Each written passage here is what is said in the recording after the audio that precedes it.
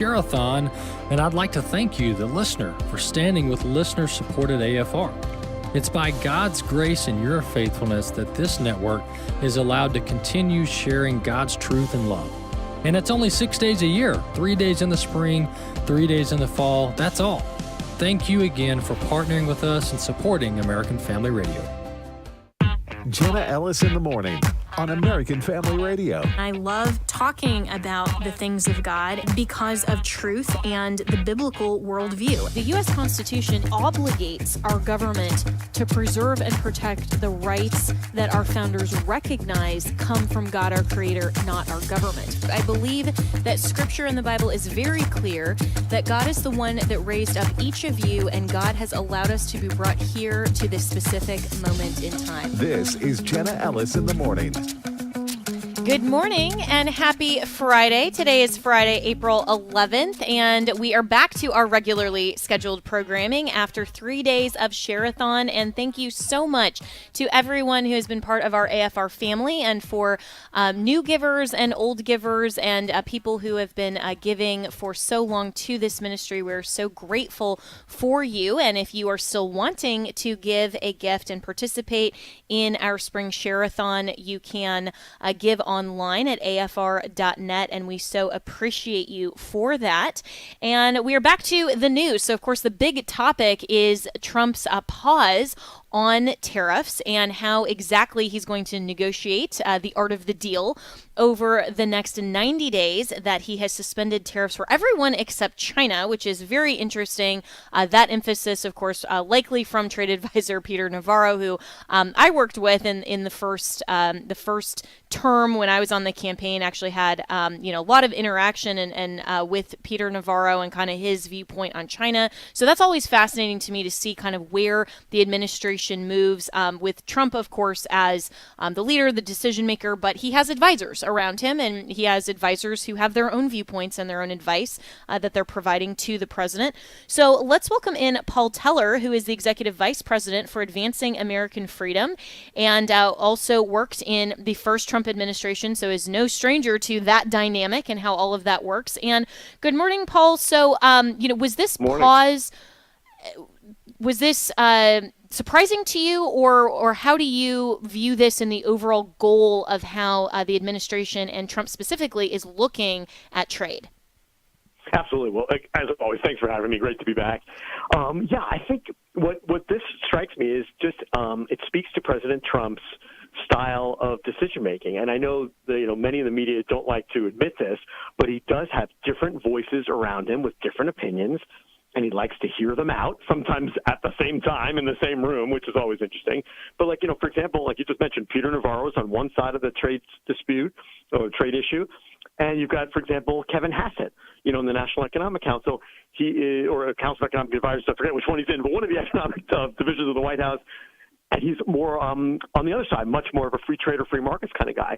And they're both, important forces in the White House. They were in the first administration, and they are now. And he's listening to both.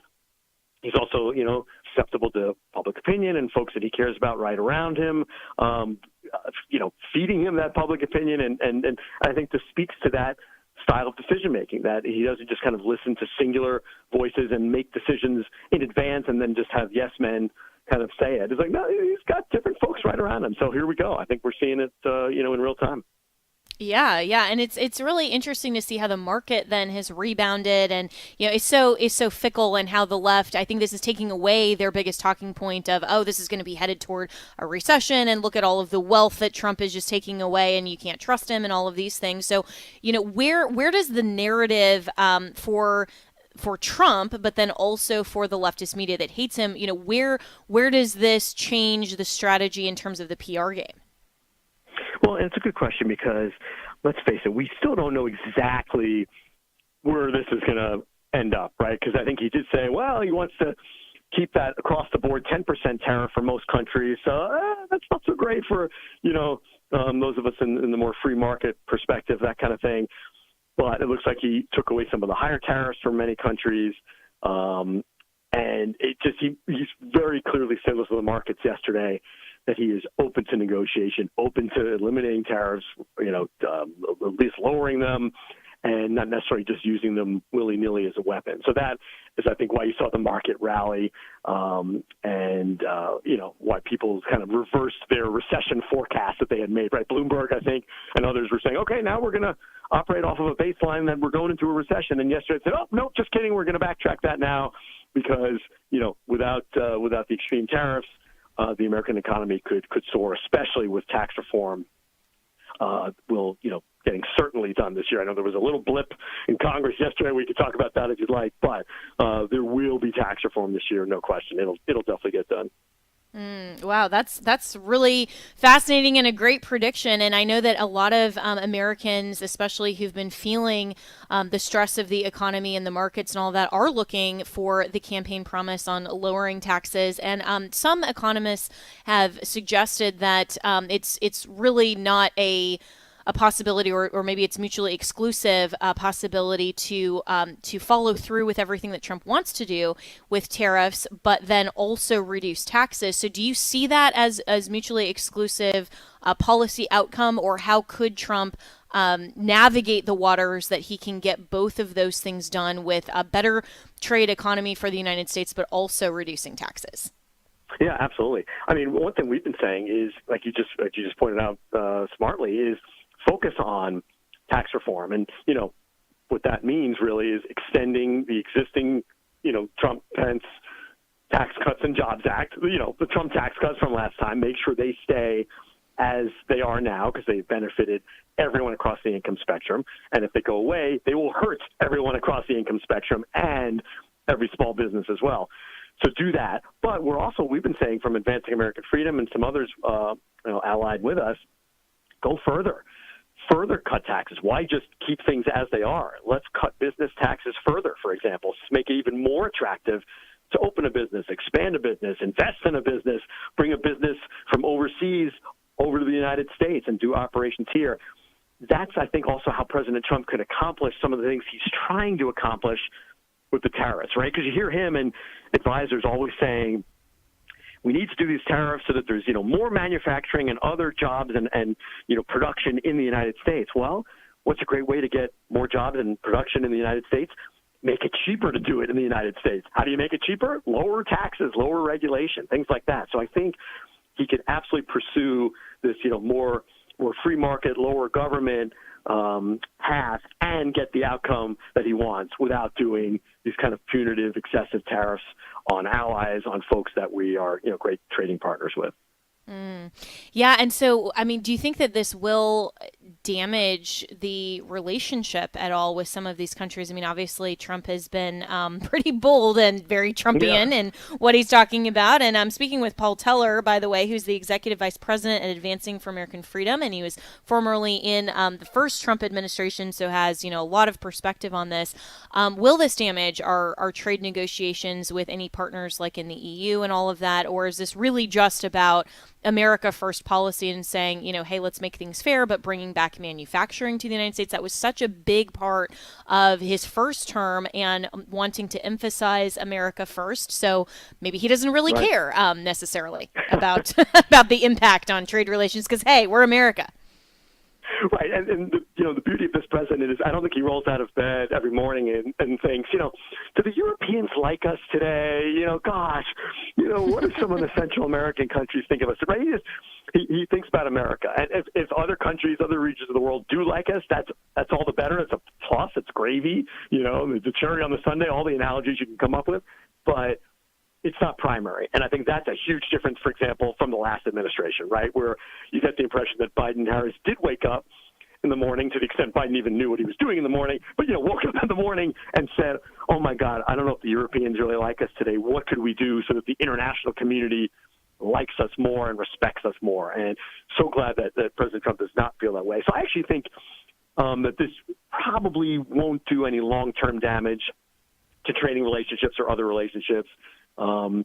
Mainly because at least so far it seems like this is kind of a short-term play with the tariffs. In other words, if these really had stayed, gone into effect and stayed and was destroying economies and really hurting businesses worldwide and, of course, in America, then, of course, you're seeing damage to relationships. But the fact that I think it's short-term, our partners, I believe, are looking at this as a wake-up call. Like, hey, this was a way that President Trump felt he needed to alert the entire planet that we're on to you. You know, you are not being fair trading partners, and we're going to force some changes with a little bit of tough love. So I think that's right.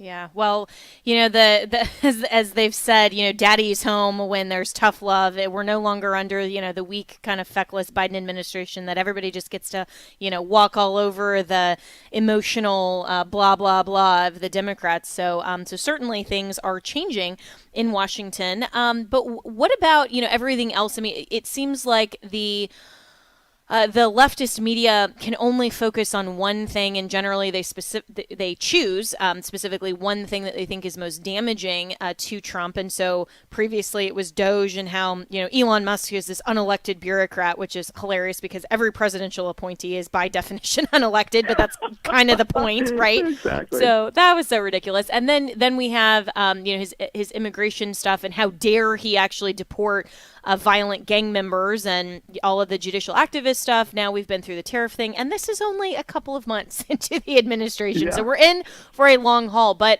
where, in terms of Trump's campaign promises and maybe some unfinished business from the first term, do you see the administration headed after, you know, kind of the in this 90-day period where we're just, you know, waiting on some of those outcomes? Well, I think really probably the biggest thing to focus on, and to answer your question, is cutting federal spending, right? And as much as I hate to admit it, that was, you know, not one of our top successes of the first administration. We did try. If you look at some of the budgets the president sent up to Congress, they cut, you know, mandatory spending, meaning like the spending that's on autopilot. They proposed cutting discretionary spending, which is the spending, you know, appropriations bills, the things that Congress does every year on an annual cycle. All kinds of big proposed cuts. What did Congress do with them? You know, crumpled up the paper, threw it in the trash, and increased spending, even with Republican majorities. So that, unfortunately, you know, didn't go well the last time we had Trump in the White House. I think he's learned that lesson. The people around him have learned that lesson. That's why you've got Elon Musk, Doge, Russ Vought at OMB, and just others who are just absolutely 100% fully committed to actually doing real spending cuts. And that's why you saw this week some House conservatives and even some just regular House Republicans saying, hey, what the Senate is proposing to cut as a minimum, because, you know, to get through this fancy reconciliation process, which is the accelerated process of tax reform and spending cuts needed to avoid a filibuster in the Senate, to go through that process, you have to set like spending cut targets and basically minimums. So like the Senate said, I will cut a minimum of $4 billion. And it's like, oh my God, $4 billion you could almost find in the sofas here in Washington, D.C. You know, the House set a minimum spending cut level of about $1.5 trillion, much bigger number. Now, of course, our friends in the Senate are saying, wait a minute, that's just a minimum. We're going to actually cut much more than $4 billion. The comeback to that is, well, if you're going to do it, why don't you say that in your, you know, in the process that you have to set up? You have to put that number down on paper.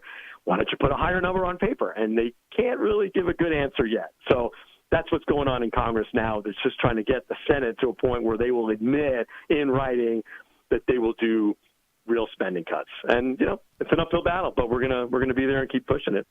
Yeah, and I'll ask the maybe not quite as MAGA popular question, but, you know, we know that Congress isn't a fan of spending cuts because they love to spend our money. But looking at the first term, do you think that Donald Trump is himself actually a fan of spending cuts when the deficit was increased under his first term? And even though, yes, Doge is looking at all of this, is that actually, do you think, genuinely a priority for him? You know, I think it is. I'll admit that in the first term, maybe he didn't necessarily understand the power of spending cuts to the way that we as his staff should have convinced him of it. I think he sees it now. I think he sees, first of all, the political popularity is much more now than back then. But more importantly, he realizes, you know, if you do spending cuts and you kind of recede government out of people's lives, that's another great way to, you know, soar the economy, right? To get inflation under control, to let people keep more of their own money, make more of their own choices, make more of their own investments. and just be happier Americans and do an America First agenda. So I think he's seeing now the connection between spending cuts and the America First agenda. So I do believe he sincerely feels it now. Again, we did try the first term. We did send proposed budgets to Congress. You cut this, you can cut this, you can cut this, and they ignored it. Unfortunately, they also dropped, last-minute omnibus bills on President Trump's desk where it's like, take it or leave it. In other words, either you sign this thing with a, political gun to your head, or you could veto it, but then the government shuts down and we blame you. So he was just in a terrible position so many times during that first term. We seem to have learned that lesson as a political class, as Republicans, and I don't think that'll happen this go-around. A really interesting insight, Paul Teller. I appreciate you sharing that, and I think you're absolutely right that he came in the first term as an outsider, where now he understands a lot more, having been there, done that, and then suffered through all of the other drama that happened in the 4 years under Biden, and now finally coming back. I think, like anybody, there is a learning curve to something new, and he's definitely going in with eyes wider open for sure. And in the last few minutes I have with you, I'm speaking of Congress. I also want to turn to the SAVE Act, because I know this has been a priority for advancing American freedom as well. And, speaking of making sure we have good conservative policy, that starts with our elections so that we, the people, actually have safe and secure elections. And so the SAVE Act is something I think that Congress should pass. I've had Representative Chip Roy and a bunch of others on this program to talk about it. So from your perspective, why is this so important? Oh, absolutely. And that's something that your listeners should just absorb this for 1 minute. So do you know it is not against federal law for a state to register illegal aliens to vote? I mean, just let that soak in for a minute. So in other words, it is against federal law for the actual voting. So illegal aliens are not supposed to vote. That's against federal law. But they can actually still register to vote. And it's like, what? Right? Like, how could that be allowed? How is that logical? How is that possible? Especially because you know how these things work. If somebody's registered to vote, they're on the voting rolls. They walk in. Hi, I'm Joe Smith. I'm registered to vote. And the, kind person volunteering and sitting at the desk at the polling place looks it up, sees the person on the voting rolls, and it's kind of hard to say no and isn't right there going to check whether the person is an illegal alien or not, is a U.S. citizen or not. So then you let the person vote. So finally, some smart folks realize, my God, we can't let them register to vote either. It's not just the voting itself, but you shouldn't even be on the voting rolls in the registration books.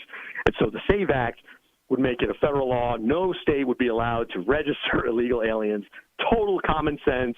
80, 85, 95, or 90% or so in various polls of America agree with this. And so we're just gonna push it through, get it done. We'll get some Democratic opposition, of course, because they're going to say it's voter suppression, but all it is suppressing the votes of people who are not supposed to be voting. So that's super common sense, and it looks like we're getting it done. Yeah, it is super common sense. And of course, the Democrats are always like, oh, this is disenfranchisement. And this is, and I'm thinking, okay, but when somebody who's not a citizen and they don't actually qualify to vote is registered, and then if they end up voting, that's diluting. And that itself is disenfranchisement. So this doesn't make any sense, all of their arguments against it. In just the last 30 seconds here, Paul Teller, really appreciate it. You should follow him at PTeller on X. Do you think that Republicans in both the House and the Senate will get it together to actually pass this? I think so. It looks like it. Again, there could be a few bumps along the way, but I do think this is something that can get through because, again, it's hard even for some Democrats in the end to vote for this and go home and explain to their constituents, even in blue states, yes, I think you should be able to register illegal aliens to vote. I mean, that's a tough one, even for many Democrats. I do think this is something that gets into law.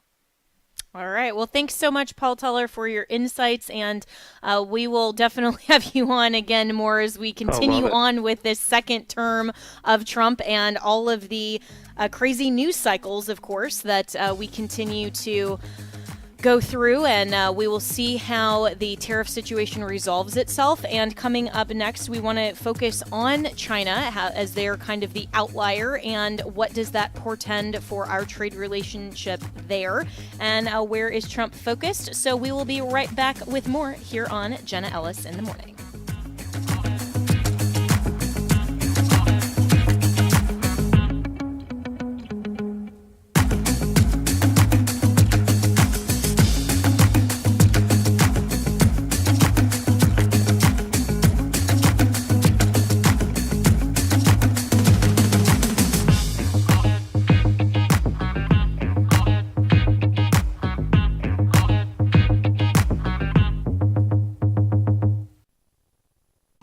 Well, the song says, please come to Boston. And if you are a baby boomer in particular, you remember that popular song from the 1970s? Well, we're going to Boston. We here at American Family Association and American Family Radio are going to take a tour of that great historic city and the whole surrounding area. And that's going to be in October. And we're about 3/4 of the way full with our tour there. And then, of course, we're going to Colonial Williamsburg, Jamestown, and Yorktown, as well as a tour of Washington, D.C. and George Washington's Mount Vernon. We're doing that in June and September. And so if you want information on any of our 2025 tours, go to wildmangroup.com, WILDMON group.com for all the information, and hopefully we'll see you in Boston.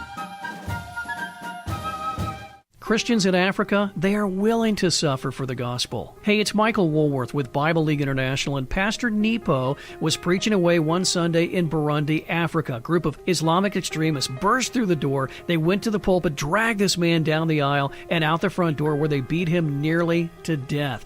His family and congregation looked on horrified, and many in the congregation are former Muslims who have come to saving faith, but there is tremendous pressure from families and friends to revert back to Islam. And I can tell you, these Christians, they're squarely focused on Christ, praying to endure and persevere, and you do that when you can open God's Word and be reminded of His precious promises. Look, there is a severe shortage of Bibles available to Christians in many parts of Africa, and that's why we're inviting you to send a Bible for $5. $50 sends 10. Make your most generous gift today by calling 800-YES-WORD. 800-YES-WORD, or give at sendbiblesnow.org. That's sendbiblesnow.org. Hello, Americans. I'm Todd Starnes. Stand by for news and commentary next. Marathon weekend in Minneapolis caused lots of controversy, and it had nothing to do with fallen arches. It turns out that marathon organizers were caught openly discriminating against runners. Twin Cities in Motion announced they intended to level the start line for participants by providing a 50% discount to runners who are part of underrepresented communities or cultures. All you white runners, well, you had to pay full price. Now, Twin Cities in Motion said they believe that ethnic, social, or economic status should not be barriers to a movement journey, and they stand shoulder to shoulder with runners who have faced systemic disadvantages. Well, if you don't think there's anything wrong with that, just imagine the headlines that the marathon had offered a whites-only discount. You know, it seems vogue these days among woke organizations to openly discriminate. A nature center in Utah did the same thing with bird watchers, a decision, by the way, that many people simply called bird-brained. I'm Todd Starnes. Welcome back to Jenna Ellis in the Morning on American Family Radio.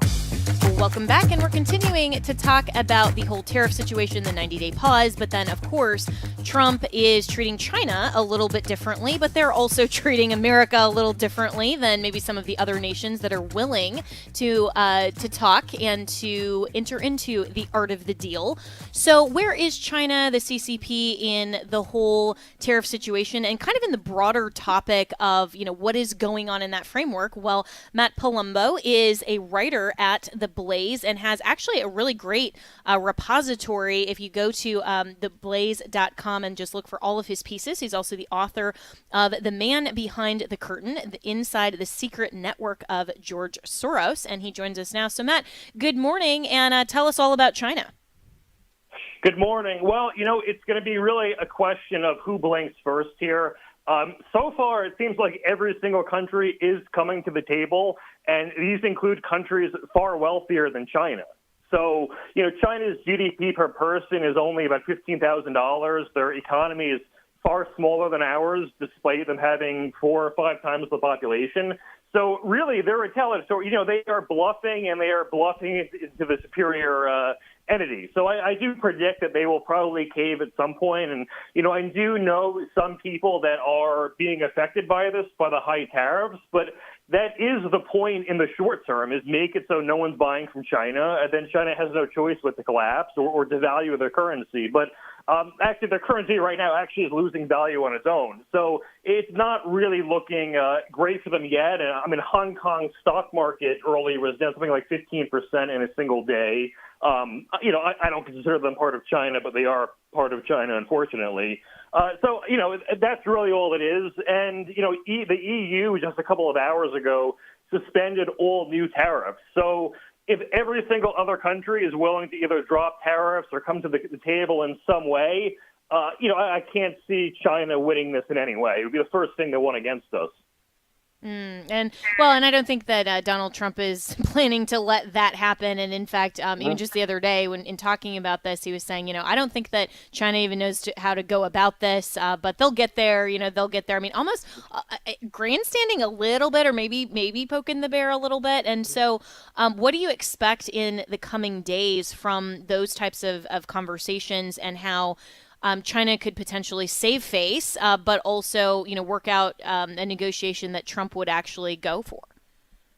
Well, they're threatening us with things that are absurd. Like they were saying in response to Trump's tariff, they're no longer going to enforce intellectual property laws. And it's hilarious because there are thousands, if not tens of thousands of businesses in China that are just knockoffs of American businesses. They are known for stealing trade secrets, corporate espionage. So they're threatening to do things that they're already doing to us. So, that's where they are on the bargaining table. But it is just a question of, are we going to wait this out with really hard tariffs, or do they come to the table? Like I said, the risk of sounding repetitive. But I don't know. Trump and Xi have some sort of relationship. There is going to be some sort of diplomacy between the two of them, I hope. And, in the end, the issue of tariffs is, from an economics 101 perspective, they're not a good thing. However, if one country is imposing, let's say, a 20% tariff on us, that automatically puts us at a disadvantage. So we have no choice but to retaliate and put at least 20% one on them. Now, both having 0 would be preferable to both having 20. And I think Trump's actual goal with tariffs is just for political purposes. But ultimately, I think he wants a world of free trade and close to no tariffs. And I'm speaking with Matt Palumbo, who is an author and also a writer at Blaze Media. So you can find all of his pieces at theblaze.com and then search under authors. And you have kind of a repository here of some interesting commentary about China as well, beyond the tariff situation and, some of the things that are more in the mainstream of the news. But this started, back in March with this piece, Why Communist China is Terrified of a New York-Based Dance Company. And this is kind of, continued on, I think, in some of your pieces. And this is a really fascinating story. So unpack Shen Yun, who they are and what's exactly going on here as it relates to China.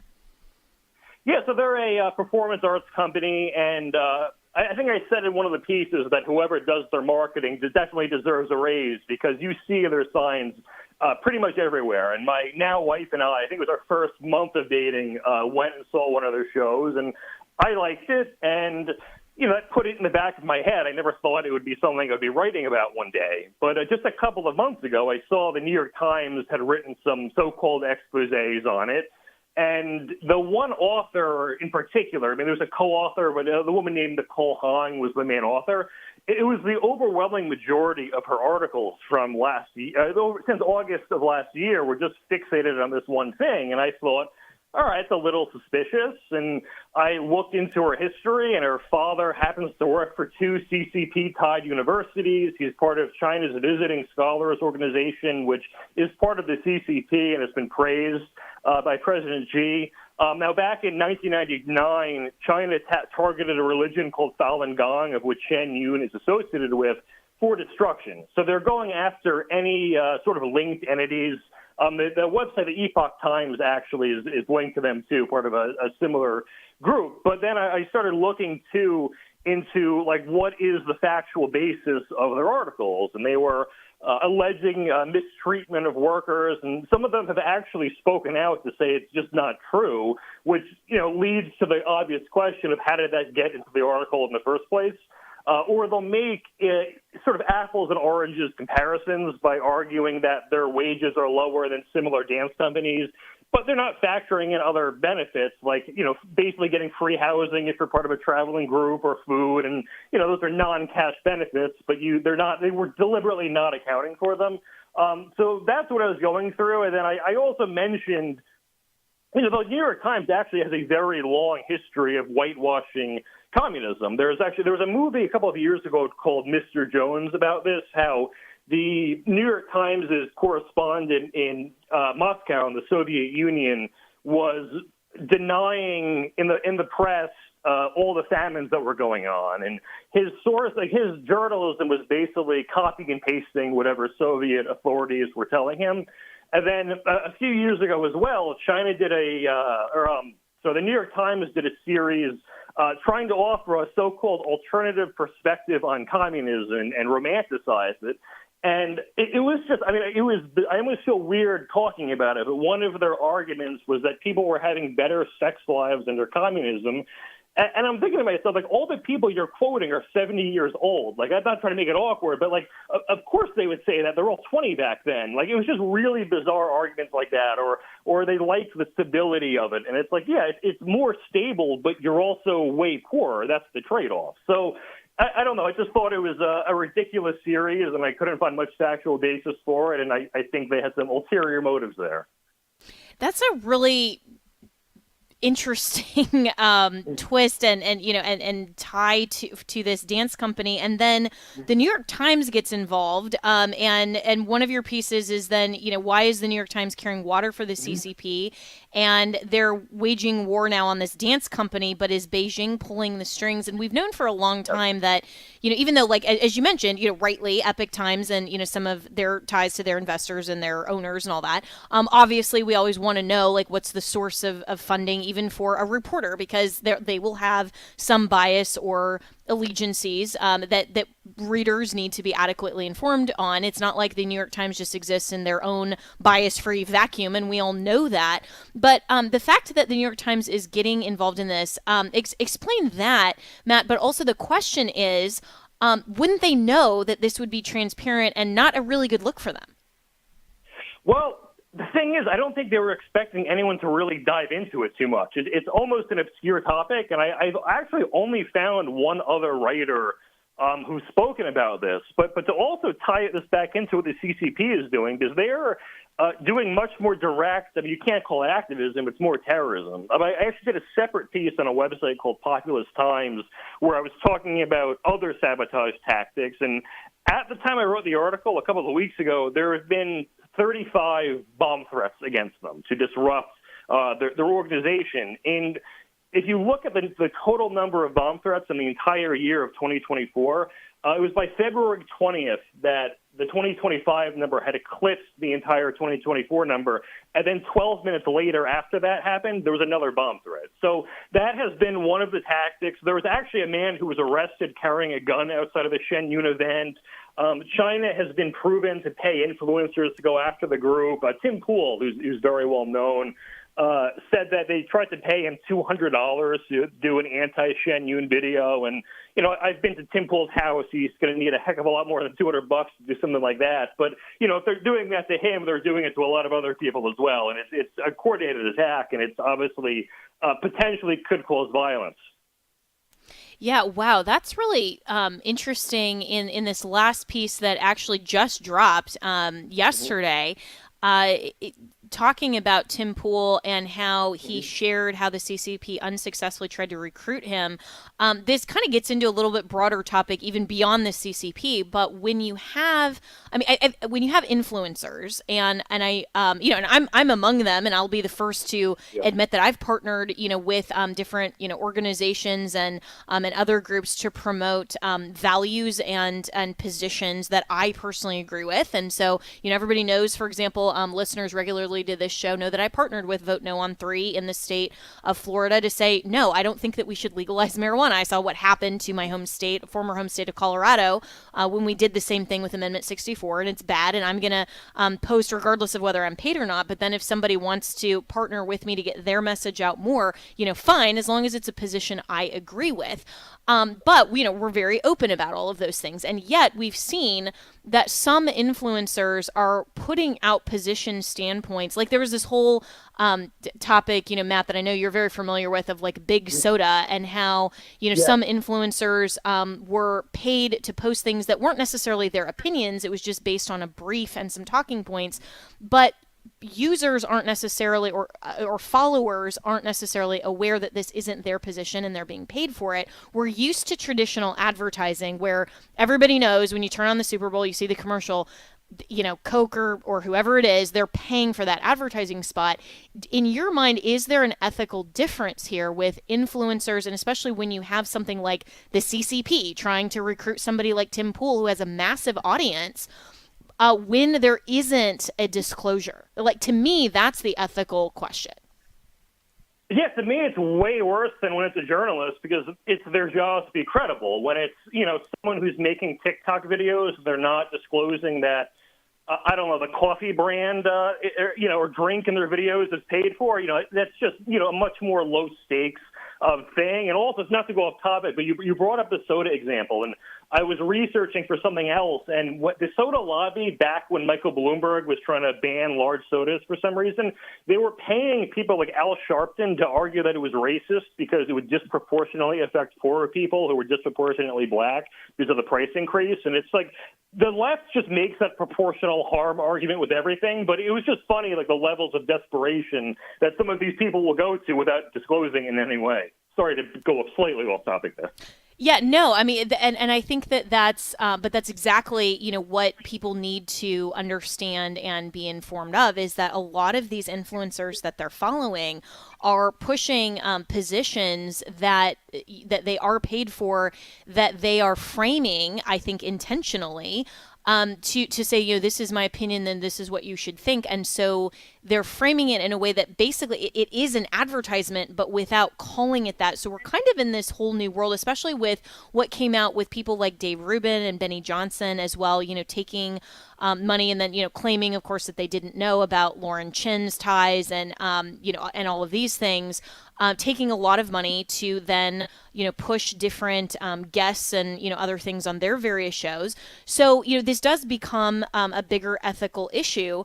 And to kind of circle back into our original topic, how much of this has China, to your knowledge, successfully done? I mean, Tim Pool is raising the flag on it, and he's being public about it. But if they're going after him, definitely they're going after other large influencers as well. And full disclosure, I haven't been approached by China, so I guess I'm not cool enough like Tim Pool to be recruited. Well, we know for a fact they have direct ties to that sort of thing with Tim Pool. They have bot armies on Twitter that are pretty easily provable to come out of China. But they also, with those bomb threats I mentioned, because, you could ask the question of, like, well, how do you know they're from China? I mean, if they're about someone else. And actually, since I published that piece, there was another one in Taiwan, which was the first one there, obviously a disputed territory that China claims. Again, in my opinion, not disputed. But they were all coming from Huawei, which is a Chinese-based company, and, it sort of gives away where it was really coming from. As for others, I should do an article on this, I guess, and just look at all the anti-Shenyun videos and try to see if, there's a similar script. Because someone on Twitter put together a compilation of travel YouTubers showing off certain areas in China. and their language on certain things would be identical verbatim. So I guess I'm just sort of making a note to self here. I should look into that. Yeah, that'd be an interesting article, and when you publish that, we'll have you back on and talk about it. Yeah, And Matt I'm Palumbo. I'm writing one down right now. Excellent. Well, so see for the listeners, this is sometimes how the brilliant ideas are generated just through your conversation about different topics. That's often how I get inspiration for articles as well. But but it is fascinating to look at how similar talking points are. And and we know that this happens even, in the Republican Party, the Democrat Party in politics. I mean, talking points are very well known inside the Beltway that everybody kind of gets the memo, hey, push this. And most people aren't creative enough or just take the time enough to change it a little bit so it's not as obvious that this is the exact same perspective, just like what the Democrats were doing right after Trump was inaugurated, and they were all talking about the price of eggs, like literally every single one of them. It's like, okay, somebody somewhere sent a memo to everybody, hey, let's focus on this, and we need to get this topic trending on X and all this. And so I think overall, though, the key takeaway message for listeners here to understand is that these things aren't just natural and spontaneous occurrences often. And so you need to be aware that what is trending is often intentional, and there are a lot of dollars behind that type of advertising to get things trending, even to try to have that semi-organically. I mean, there's a network of influencers on, all kinds of different levels for various, parts of things. And I'm part of some of those where people will send things to me and say, hey, please amplify this. If I think it's worthy, I will. And I'm not paid for it, but it's like, sure, we'll put this out into the ecosystem. You have to be aware, though, that this type of manipulation of the algorithm and of trending topics and then of the news media does occur. And so, Matt, as a writer and as someone who is on that side of it, but also obviously a reader wanting to expose this, how would you advise listeners to just be more aware of this? Because, I don't see a problem ethically with, trying to trend topics or boosting a friend's post that I agree with and all of those things to try to make that happen more or less, or maybe or not, or organically. But I think just the awareness factor is what's missing for a lot of consumers. I mean, the number one to me, and this isn't always the case, some things organically go viral, but when something just appears to come out of nowhere and everyone is praising it as this great, shocking thing or whatever, there's usually something behind it. And sort of to what we were both saying earlier, when, okay, suppose, I don't know, there's a new article out, new movie out from someone, etc. They will send out a script to the influencers. They'll give maybe 10 plus bullet points and say, tweak a few words. And most people are just lazy and basically take the exact same script. So you could even on a post just copy and paste the caption into Twitter and see if anything similar comes up there. Or look to, one thing that happened to me that was funny was I wrote a series about George Soros, the New York Post, and their media person wrote a thread attacking me. And I don't know, she had maybe 3,000 followers, but the thing blew up. It got tens of thousands of likes on it. And I was going through the people who retweeted it, and it was like a who's who of all the people I criticized in the book. So it just made it obvious, okay, there was an email blast that went out that said we need to attack this guy because we didn't like his writing. But it's one of those things that once you start seeing it a couple of times, it just becomes naturally easier to. It's kind of hard to explain like that, but if you see it at once, you'll just pick up on it. Sort of the language they use is overly hyperbolic. Everything is, as I said, the most incredible thing ever, or the most damning thing ever. You just got to see it / read it, that kind of language. Yeah, absolutely. And, big bombshell, whatever, that's one of the favorites. But we're almost out of time here, Matt Palumbo. But speaking of the Soros family, you have a brand new book coming out that I want you to just tease for our listeners. So I definitely want you to have you back on to talk more substantively about this, because it's going to be really fascinating. Yeah, so the first Soros book was called Inside the Secret Network of George Soros as the subtitle. The subtitle on this one is Inside the Not-So-Secret Network of Alex Soros, because he just posts his entire life on social media. And I spent, countless hours, and I guess maybe this is slightly creepy, but it was for the purpose of research. I went through every single picture he's ever posted to try to map out what he's been up to, who he's been meeting with, what events are going on. There's just a ton of original research in the book, and it'll be called The Air, by the way. But one thing, for instance, people might find interesting is Alex has actually been funding the Soros DA since 2022, which a lot of people probably didn't know because he took over in June of 2023, but he had assumed that role beforehand. So I have a whole chapter on the kind of people he was funding. In fact, he actually funded a prosecutor to run against a George Soros prosecutor that he didn't think was, I guess, loony enough. So that sort of tells you everything you need to know. And then one other thing I think viewers or readers would find interesting would be it made a lot of headlines that he made about 30 or so visits to the Biden White House. My friend Joe Vasquez and I from the Media Research Center mapped out every single visit. We made a list of every single person he met with, including Biden at least once. And we talk about what happened that day prior, and it's just a lot of interesting. It correlates with a lot of interesting policy changes that I'll tease in more depth once it's out. Interesting. All right. Well, thanks so much, Matt Palumbo, and you can follow him on X to learn more about that book when it does drop at Matt Palumbo, Palumbo 12 at Matt Palumbo 12, and you can also read everything that he writes at theblaze.com, and we will be right back with more here on Jenna Ellis in the Morning.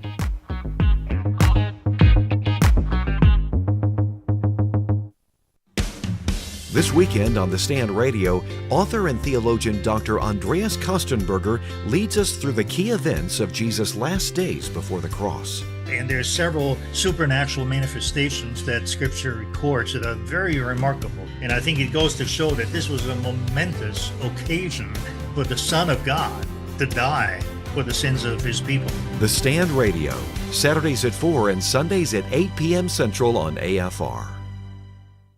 The book of Revelation is the greatest manual for what it means to be an overcoming Christian you will ever find. If you want to be victorious and get in on the victory that Christ has already wrought at the cross, the book of Revelation outlines various steps for those who will overcome. Join Dr. David Jeremiah for his series, Escape the Coming Night, next time on Turning Point.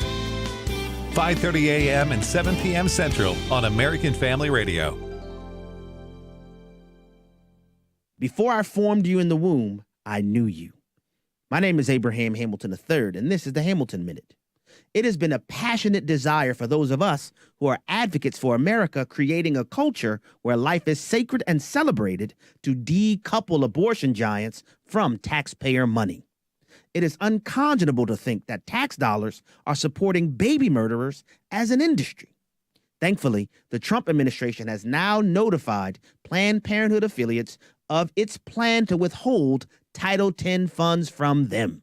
This is a crucial step toward the United States of America becoming a nation where it is unthinkable for innocent, unborn children to be murdered.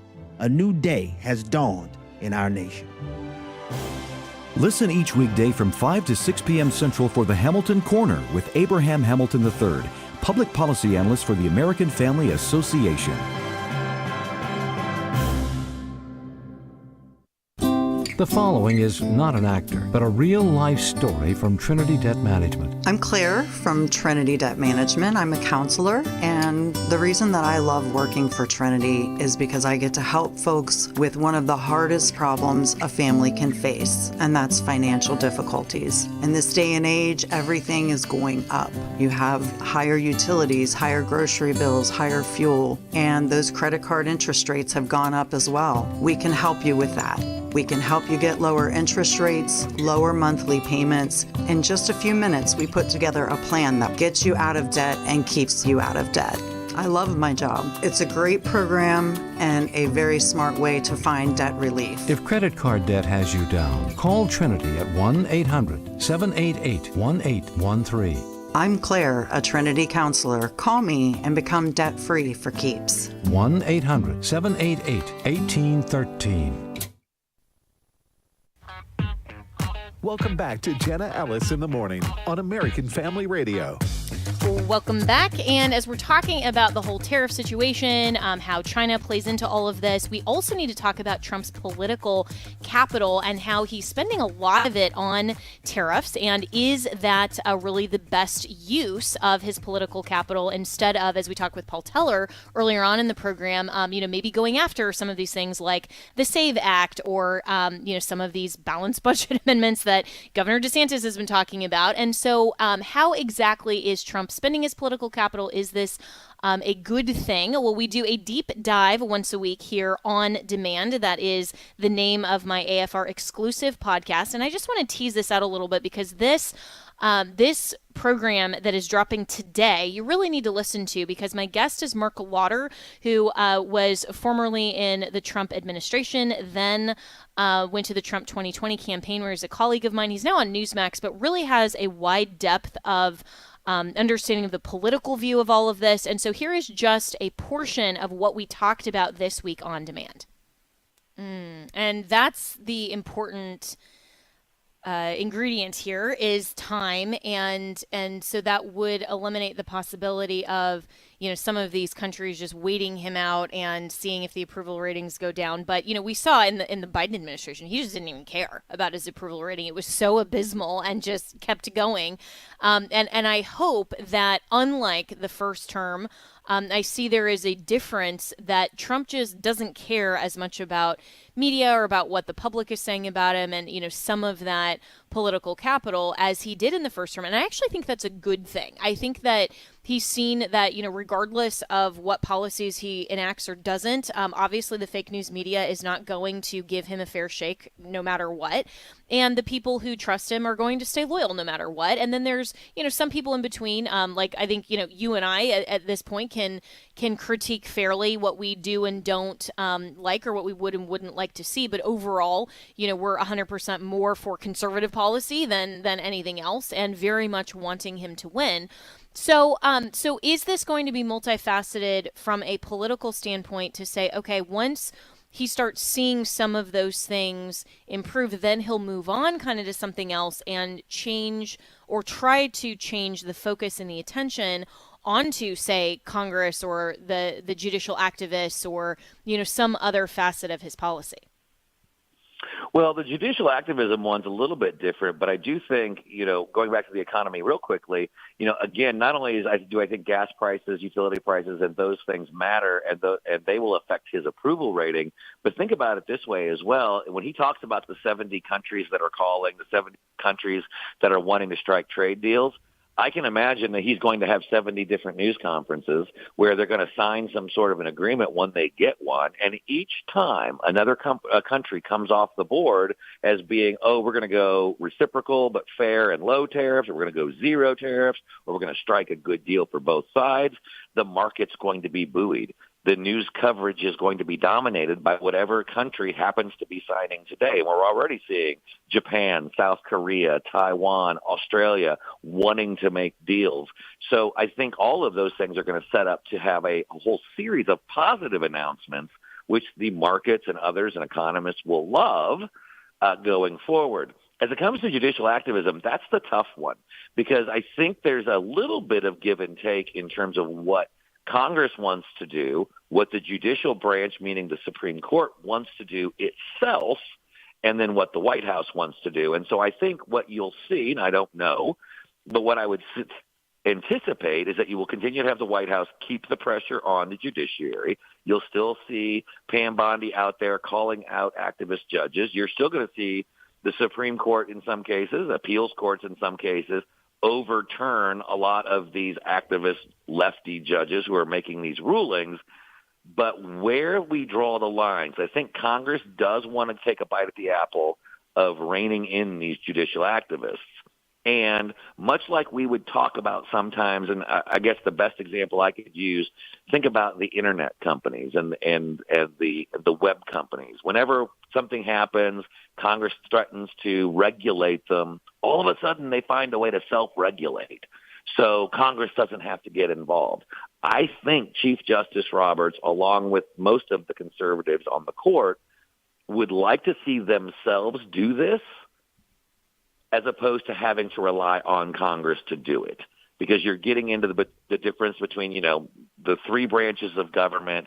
And so if I'm Chief Justice Roberts, if I'm Justice Thomas, Justice Alito, I'm sitting there going, you know what, it's better if we take a stab at policing ourselves, and maybe we can find the right case where the majority can issue an opinion, which then becomes basically, I'll leave it to your expert opinion, judicial law, which reins in some of these out-of-control judges in their nationwide injunctions, rather than Congress and the White House, the other two co-equal branches of government, coming in and telling us how we will do our jobs.